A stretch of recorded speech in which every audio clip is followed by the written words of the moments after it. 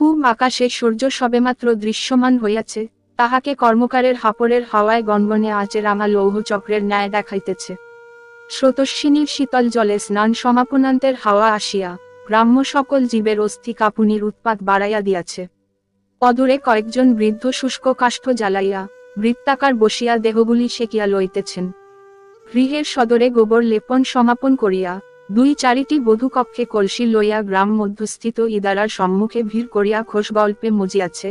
তাহাদের দেখিয়া মনে হইতেছে বহুকাল পর তাহাদের সাক্ষাৎ ঘটিয়াছে। হরেন রাত্রে শুইতে যাইবার পূর্বে একটি বিড়ি ধরাইয়া অর্ধেকটি পান করিয়া অবশিষ্টাংশটি রাখিয়া দিয়াছিলেন, এক্ষণে সেই পোড়া বিড়িটি ধরাইয়া টানিতেছিলেন। তাহারেই একাদশ শ্রেণীতে পাঠরত পুত্র সরাসরি পিতাকে কিছু বলিতে না পারিয়া পিতাকে শুনাইতে বই খুলিয়া পড়িতেছিল, ধূমপান স্বাস্থ্যের পক্ষে ক্ষতিকর, ইহা ক্যান্সার রোগের কারণ। পিতা পুত্রের পাঠের প্রতি কর্ণপাত না করিয়া কি যেন ভাবিতেছিলেন। এমতো সময় বদন আসিয়া হাজির হইল। সে এইরূপ ভাবিয়া আসিয়াছে যে দিন দুপুরে হরেন কাজের উদ্দেশ্যে বাহির হইয়া যাইবেন, এক্ষণে যাইলে তাহার সহিত দেখা হইবে। আসিয়াই কোনো প্রকার অপ্রাসঙ্গিক কথা না বলিয়া সোজা প্রসঙ্গ লইয়া বলিল, বলি খুড়ো, অনেক দিন তো হলো, এবার ধারের টাকাটা মিটিয়ে দাও।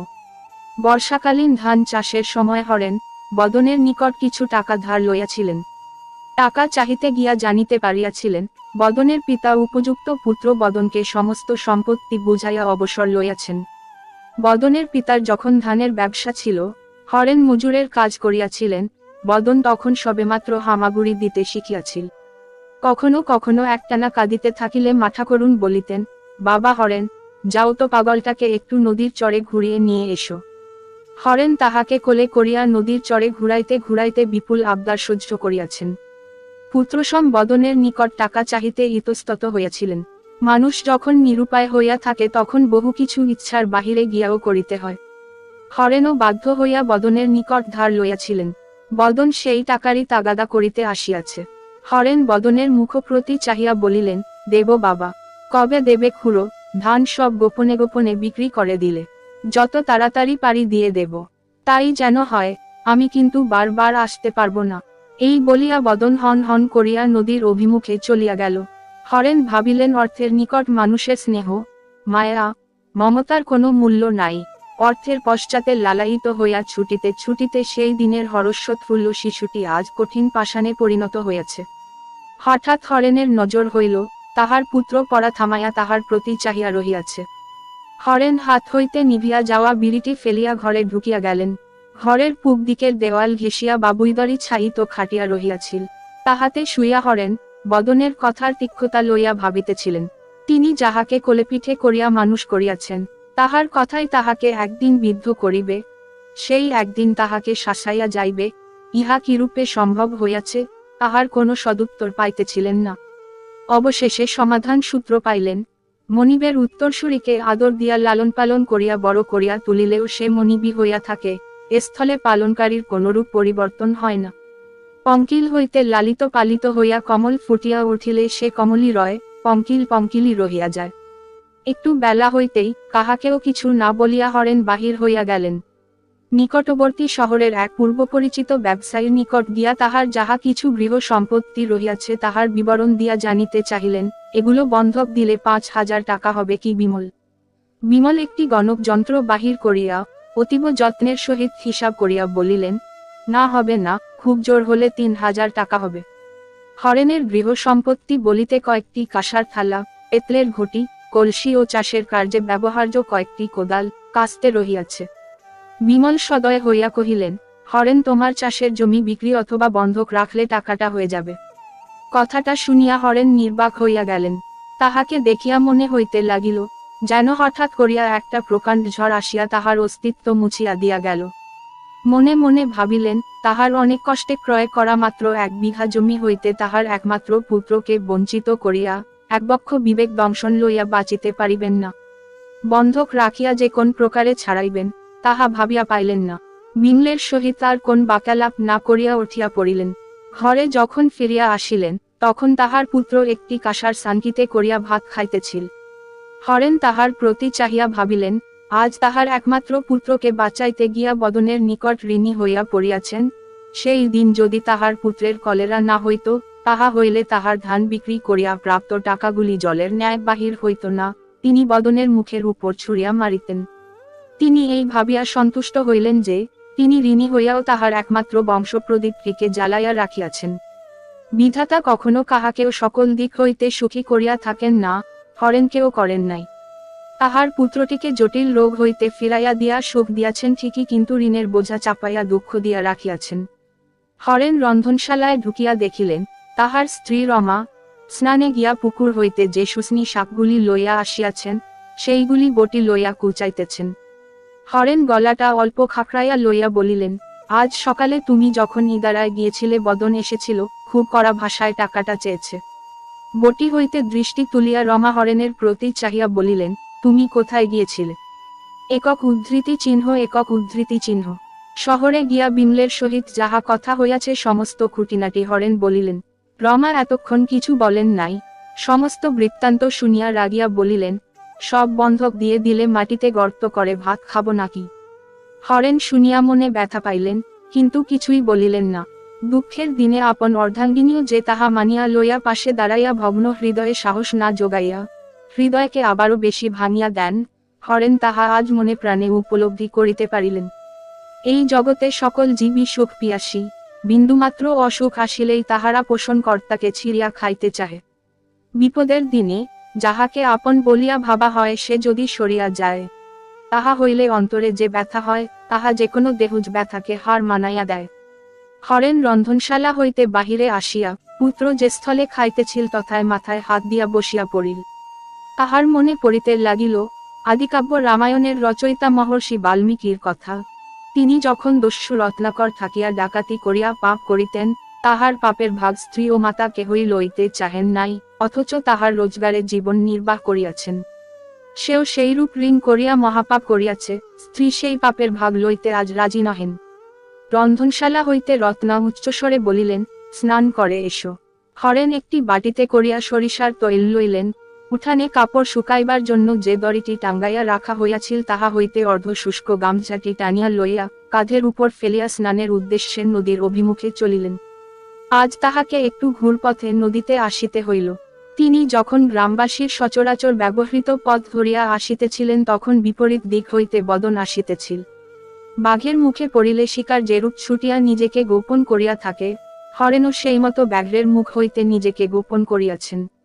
একই গ্রামে বাস করিয়া কতদিন আর লুকাইয়া থাকা যায়, একদিন না একদিন সম্মুখীন হইতেই হয়। হরেন সেই দিন কোথা হইতে ফিরিতেছিলেন, আকস্মাৎ বদনের মুখোমুখি পড়িয়া গেলেন। বদন বিস্তর তাচ্ছিল্যের সুরে বলিল, কি খুড়ো, দেব দেব করে তো 1 মাস পার করে দিলে, বলি এবার টাকাটা হেকে দেবে নাকি? হরেন ভীষণ লজ্জিত বোধ করিয়া অবনত মস্তক হইয়া বলিলেন, আর দিন কয়েক সময় দাও বাবা। আজ 1 মাস ধরিয়া চাহিয়া চিন্তিয়া হরেন কোনো টাকা জোগাড় করিতে পারেন নাই। তাহার সুদিনে যাহাদের দুর্দিনে টাকা ধার দিয়া সহায়তা করিয়াছিলেন, তাহাদের আজ সুদিন হইলেও তাহার দুর্দিনে টাকা ধার দেয় নাই। তাহাদের এই আচরণ দেখিয়া হরেন মনে মনে ভাবিয়াছেন, মানুষ আজ বড়ই নির্দয় হইয়া উঠিয়াছে। ভাবিয়া কোনো প্রকার লাভ করিতে পারেন নাই, শুধুমাত্র মনে প্রাণে দগ্ধ হইয়াছেন। একটি পুত্রসম যুবকের নিকট হইতে আর অপমান সহ্য করিতে না পারিয়া হরেন শহরে চলিয়া গেলেন। ডাক্তারের সহিত পরামর্শ করিয়া আপন রক্ত বিক্রয় করিতে ইচ্ছা প্রকাশ করিলেন। তাহার এ নেগেটিভ রক্ত হইবার কারণে চাহিদা রহিয়াছে। ডাক্তারের অধীনে চিকিৎসাধীন এক বিত্তবানের মাতার অনুরূপ বিভাগের রক্তের প্রয়োজন পড়িয়াছিল, তিনি আশেপাশে কাহাকেও খুঁজিয়া পান নাই। হরেন তাহার সহিত পরিচিত হইয়া মোটা টাকা হাতে লইয়া রক্ত দিলেন। ইতিপূর্বে হরেন কখনো কাহাকেও রক্ত দেন নাই। তিনি অসুস্থতা বোধ করিলেন, মাথা ঘুরিতে লাগিল, জ্বর আসিল। অবস্থা দেখিয়া বিত্তবান ব্যক্তিটি বুঝিলেন, ইনি নিশ্চয়ই কোনো বিপদে পড়িয়া রক্ত বিক্রয় করিয়াছেন। তিনি উপযাচক হইয়া জানিতে চাহিলেন, আপনি কেন রক্ত বিক্রি করতে চাইলেন? হরেন আর কিছু লুকাইলেন না, সমস্ত ঘটনা তাহাকে বলিলেন। শুনিয়া ব্যক্তিটি বলিলেন, ভগবান যা করেন মঙ্গলের জন্য। আপনি রক্ত বিকতে না এলে আমার মা বাঁচতেন না। আপনার কোনো চিন্তা নাই, আমি আপনার ছেলের মতো, আমি তো রয়েছি। কথাটি শুনিয়া হরেনের আনন্দ অশ্রু 2 পল্লবকে ভিজাইয়া দিল। ব্যক্তিটি হরেনকে নার্সিংহোমে ভর্তি করিয়া দিলেন। 2 দিন পর হরেন সুস্থ হইলেন। ব্যক্তিটি তাহার সমস্ত বিল মিটাইয়া নিজ নাম ঠিকানা লেখা একটি কার্ড তাহাকে দিয়া বলিলেন, কখনো কোনো প্রয়োজন হলে আসবেন। হরেন তাহাকে আশীর্বাদ করিয়া আপন গৃহ অভিমুখে রওনা হইলেন। যাইতে যাইতে ভাবিলেন, ধনী হইলেও সকলে এখনো বদন হইয়া ওঠে নাই। হরেন যখন ঘরে ফিরিয়া আসিলেন দেখিলেন রত্না পুত্রটিকে কাছে লইয়া বসিয়া আছেন। দুইজনের মুখগুলি শুকাইয়া পাংশু হইয়া গিয়াছে। 2 রাত্রি যে তাহারা ঘুমায় নাই তাহার পরিষ্কার চিত্র তাহাদের মুখে ফুটিয়া রহিয়াছে। স্বামীকে দেখিয়া রত্না কাঁদিয়া উঠিলেন, বলিলেন, 2 দিন তুমি কোথায় ছিলে? সমস্ত আত্মীয় বাড়ি খুঁজেও পাইনি। হরেন ব্যাপারটা এড়াইয়া গিয়া বলিলেন, জল দাও। রত্না বুঝিলেন তিনি জবাব পাইবেন না, সেই কারণে আর কথা না বাড়াইয়া জল আনিতে চলিয়া গেলেন। অপরাহ্ন হইয়াছে, হরেনের পথশ্রমের ক্লান্তি দূর হইয়াছে। তিনি টাকার থলেটি হাতে লইয়া বদনের গৃহ পানে চলিলেন। ভাবিলেন টাকাটি দিয়া আজ ঋণ ভার হইতে মুক্ত হইবেন। বদনের গৃহে আসিয়া জানিতে পারিলেন, বদন তাহার কোলের পুত্রটিকে লইয়া গ্রামের পাশ দিয়া প্রবাহিত শিলাবতী নদীর জল দেখিতে গিয়াছে। আজ কাঁসাইয়ের বাঁধ হইতে জল ছাড়িয়াছে, সেই জল দুকুল ছাপাইয়া বহিতেছে। হরেন আসিয়া যখন বদনের সম্মুখীন হইলেন, দেখিলেন বদন তাহার পুত্রটিকে কোলে করিয়া জলের একেবারে নিকটে দাঁড়াইয়া আঙ্গুল দিয়া জলস্রোতের প্রতি শিশুটির একাগ্রতা বাড়াইতেছে। হরেনের হাতের থলেটি দেখিয়া বদন বলিল, কি খুঁড়ো টাকা এনেছ? হরেন বলিলেন, হ্যাঁ বাবা। বদন টাকা দেখিয়া এতটাই বিভোর হইল যে আপন পুত্রটিকে তথায় নামাইয়া টাকাগুলি গুনিতে লাগিল। হরেন সেই গণনা দেখিতেছিলেন। শিশুটি জলস্রোতের প্রতি একাগ্রতা বশত হামাগুড়ি দিয়া সেই দিকে চলিল। বদন তাহা নজর করিল না। আকস্মাৎ একটি ঝুপ করিয়া আওয়াজ উঠিল। বদন দেখিল হরেন জলে ঝাঁপাইয়া চিৎকার করিতেছেন, বদন তাড়াতাড়ি দড়ি নিয়ে এসো। বদন হতভম্ব হইয়া গৃহ অভিমুখে ছুটিল, খবর পাইয়া গ্রামের লোক ছুটিয়া আসিল। বদন বিদ্যুৎ গতিতে দড়ি লইয়া আসিল, দেখিল হরেন তাহার পুত্রটিকে এক হাত দিয়া তুলিয়া রাখিয়া অন্য হাতে স্রোতস্বিনীর প্রবল তোরের সহিত লড়াই করিতেছেন। দড়িটির প্রান্তে একখানি পাথর বাঁধিয়া বদন দড়িটি হরেনের প্রতি ছুড়িল। হরেন দড়ির প্রান্তে শিশুটিকে বাঁধিয়া দিয়া নিজে দড়িটি ধরিয়া রহিল। পারের জনতা তাহা টানিতে লাগিল। এই বয়সে এতক্ষণ ধরিয়া প্রবল স্রোতের সহিত লড়াই করিয়া তাহার হাত অবশ হইয়া আসিয়াছিল। হঠাৎ তাহার হাত ফসকাইয়া গেল, তিনি বুঝিলেন আর নয়, চিৎকার করিয়া বলিলেন, ছেলেটাকে তাড়াতাড়ি টেনে তোলো। তাহার পর তাহার আর কোনো আওয়াজ আসিল না, শুধু প্রবল জলস্রোতের মধ্যে একটি ঘূর্ণি দৃশ্যমান হইল। সকলে যখন শিশুটিকে টানিয়া তুলিল, দেখিল সে জ্ঞান হারাইয়াছে। বদন পুত্রকে কোলে করিয়া ডাক্তারের নিকট ছুটিলেন। ডাক্তার শিশুটির উদর হইতে জল বাহির করিয়া তাহাকে সুস্থ করিয়া তুলিলেন। বদন শিশুটিকে তাহার মাতার কোলে তুলিয়া দিয়া ঘরে ঢুকি সৎকৃত টাকাগুলি বাহির করিয়া সেইগুলির পানে চাহিয়া নির্বাক বসিয়া রহিল। তাহার চক্ষু ছলছল দেখাইতে লাগিল।